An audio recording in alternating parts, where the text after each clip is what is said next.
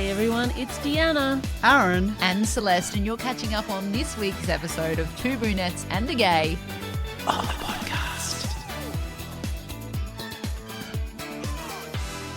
So we're very excited to have our third and final Fringe guests in the studio today. We are joined by Annanya and Caleb, who are here to chat to us about their show, I Want to Be the World's Greatest Magician, coming up in the Fringe this year. Their first time Adelaide Fringe goers as well, which is so exciting for us because we have so much we want to talk about. So Annanya, Caleb, welcome to the show. Thank you guys.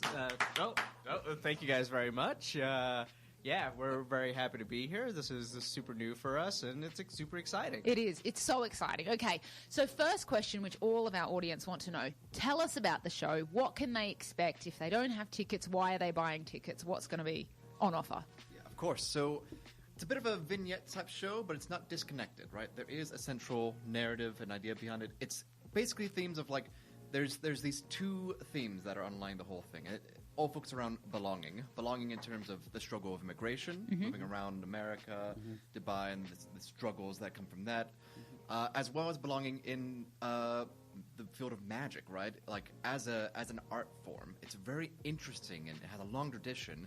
But you've got two sides of it.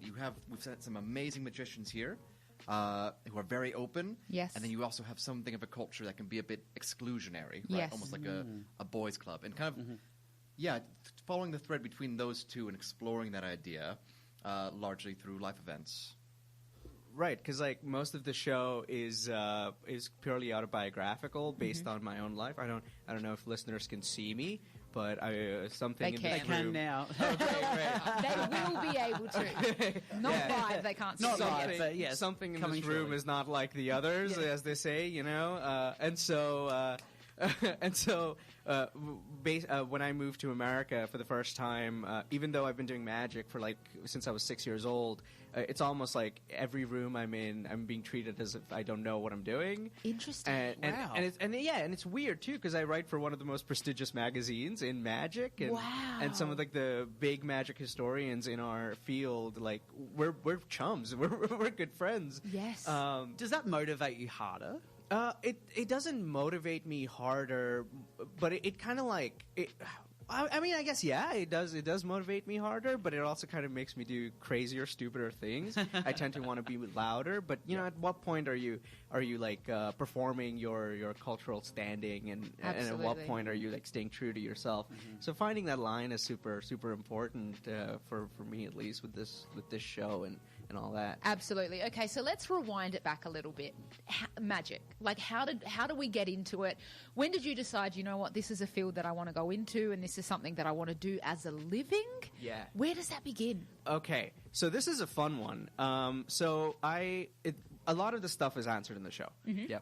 It started out as just tricks. You know, you see David Copperblade Angel name, take your pick, online, and you're like, oh, I want to learn how to do that, and you learn how to do that. You learn like basic normal card tricks, and then over time, they say like you get into magic for one reason, you stay in it for another. I got into it because it was cool. I stayed in it because I realized that a lot of the magic traditions that should stay true are not being stayed true to. Yes. And like the opposite is happening. In fact, we've gotten deeper into like the commercialist realm of magic, where the industry is only pushing forward tricks that you can buy, do on social media, get millions of views, and so on and so forth. The actual craft of it is being ignored most of the time. And so I decided to stay in it so I could like expand the craft. Yep. So with every single show and every single piece we do, we're trying to like find new ways or new places magic can live in, and that's. I hope that answers your question. Yeah, absolutely. Because it's just such a fascinating field to get into and to stay in as well. I imagine a lot of people have the idea that they'd love to get into it, but whether that they actually stay with it is completely different. So there's a magician here, Drew Ames, who's helped us a lot with our show that we're running right now, Murder. And Drew and I were having this conversation after the show one night about like our magic. What's my magic like? For him, it's all about this sense of wonder, bringing people back to a time when we didn't have to pay the rent, we didn't have to pay the bills, you know. But but my own understanding is like, for me, it's like a language. Yeah. That's how I communicate with people and finding ways to do that.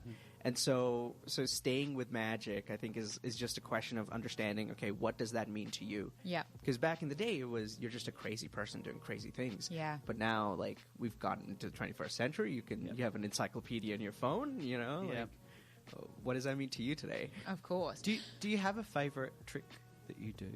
A favorite trick I do? I have a go-to, but I wouldn't call it the favorite trick. Favorite trick, okay. But I have a go-to because whenever people are like, "What's magic like?"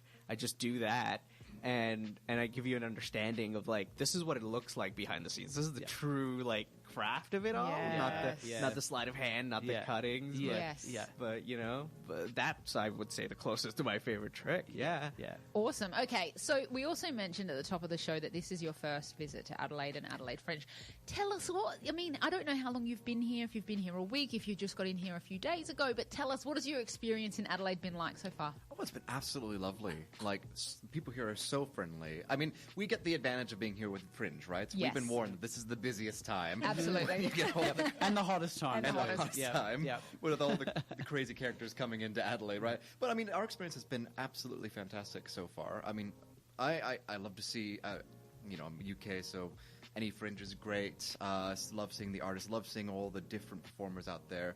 We are being hosted by a lovely man right now who's just taken absolute great care of us. We mentioned Drew a minute ago. Just met him out of nowhere. Didn't even prearrange that, and he's helping us with the show. Right? So it has been amazing.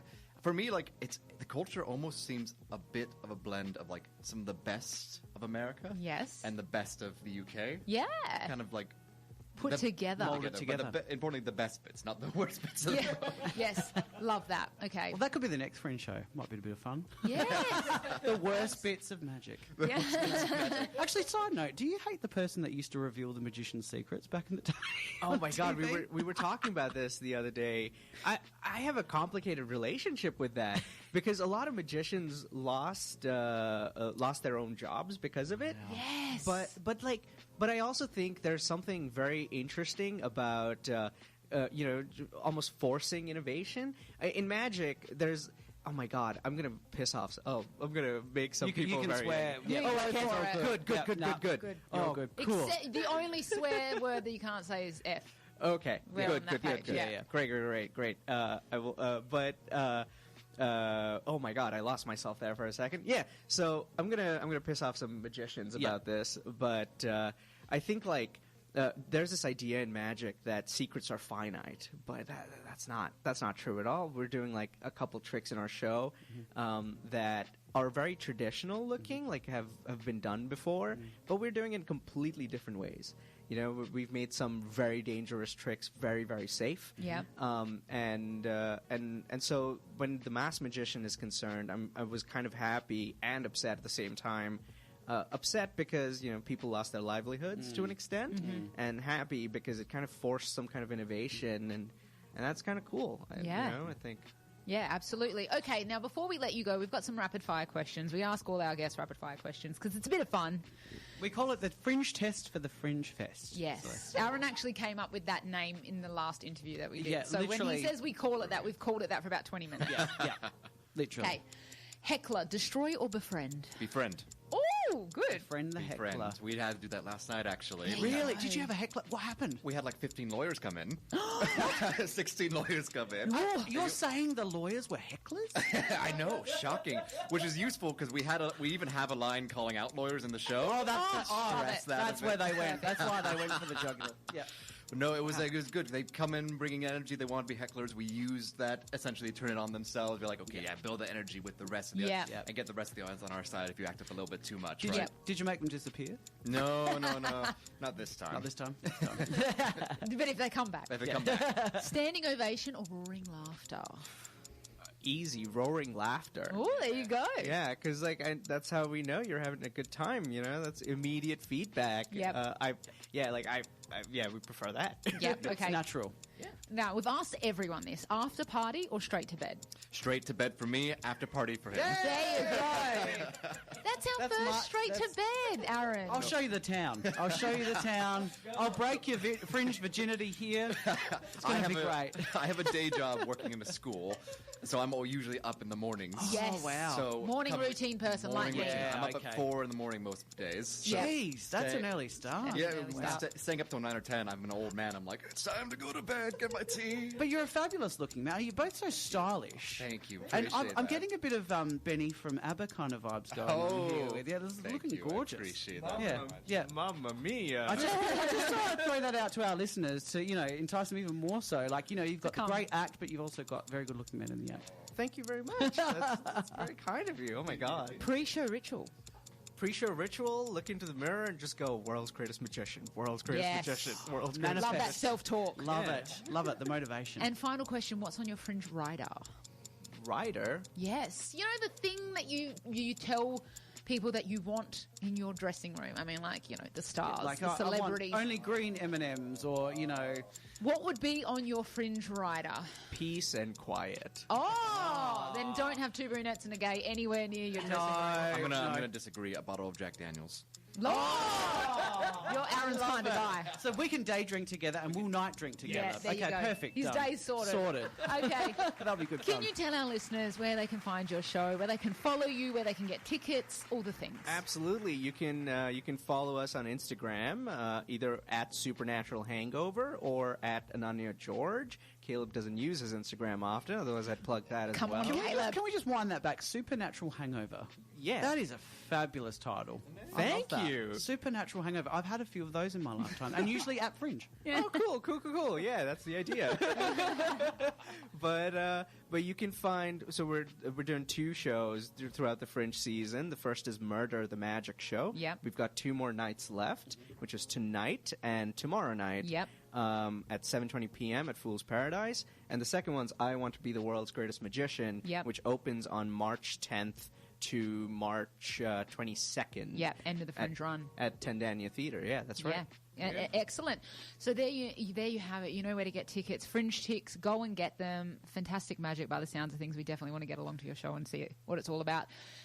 Caleb, Annanya, thank you so much for joining us today. It's been an absolute pleasure, and best of luck with your time in Adelaide. Thank you so much. Thank you. Thank you so much. Hey everyone, it's Deanna, Celeste, and Aaron here, or as you know us, your Two Brunettes and a Gay. Join the weekend happy hour at a new day and time every Saturday at 11 a.m. So pour your mimosa for the most fabulous bottomless brunch in town. Only on Saturdays at 87.6 FM, Radio Italia Uno.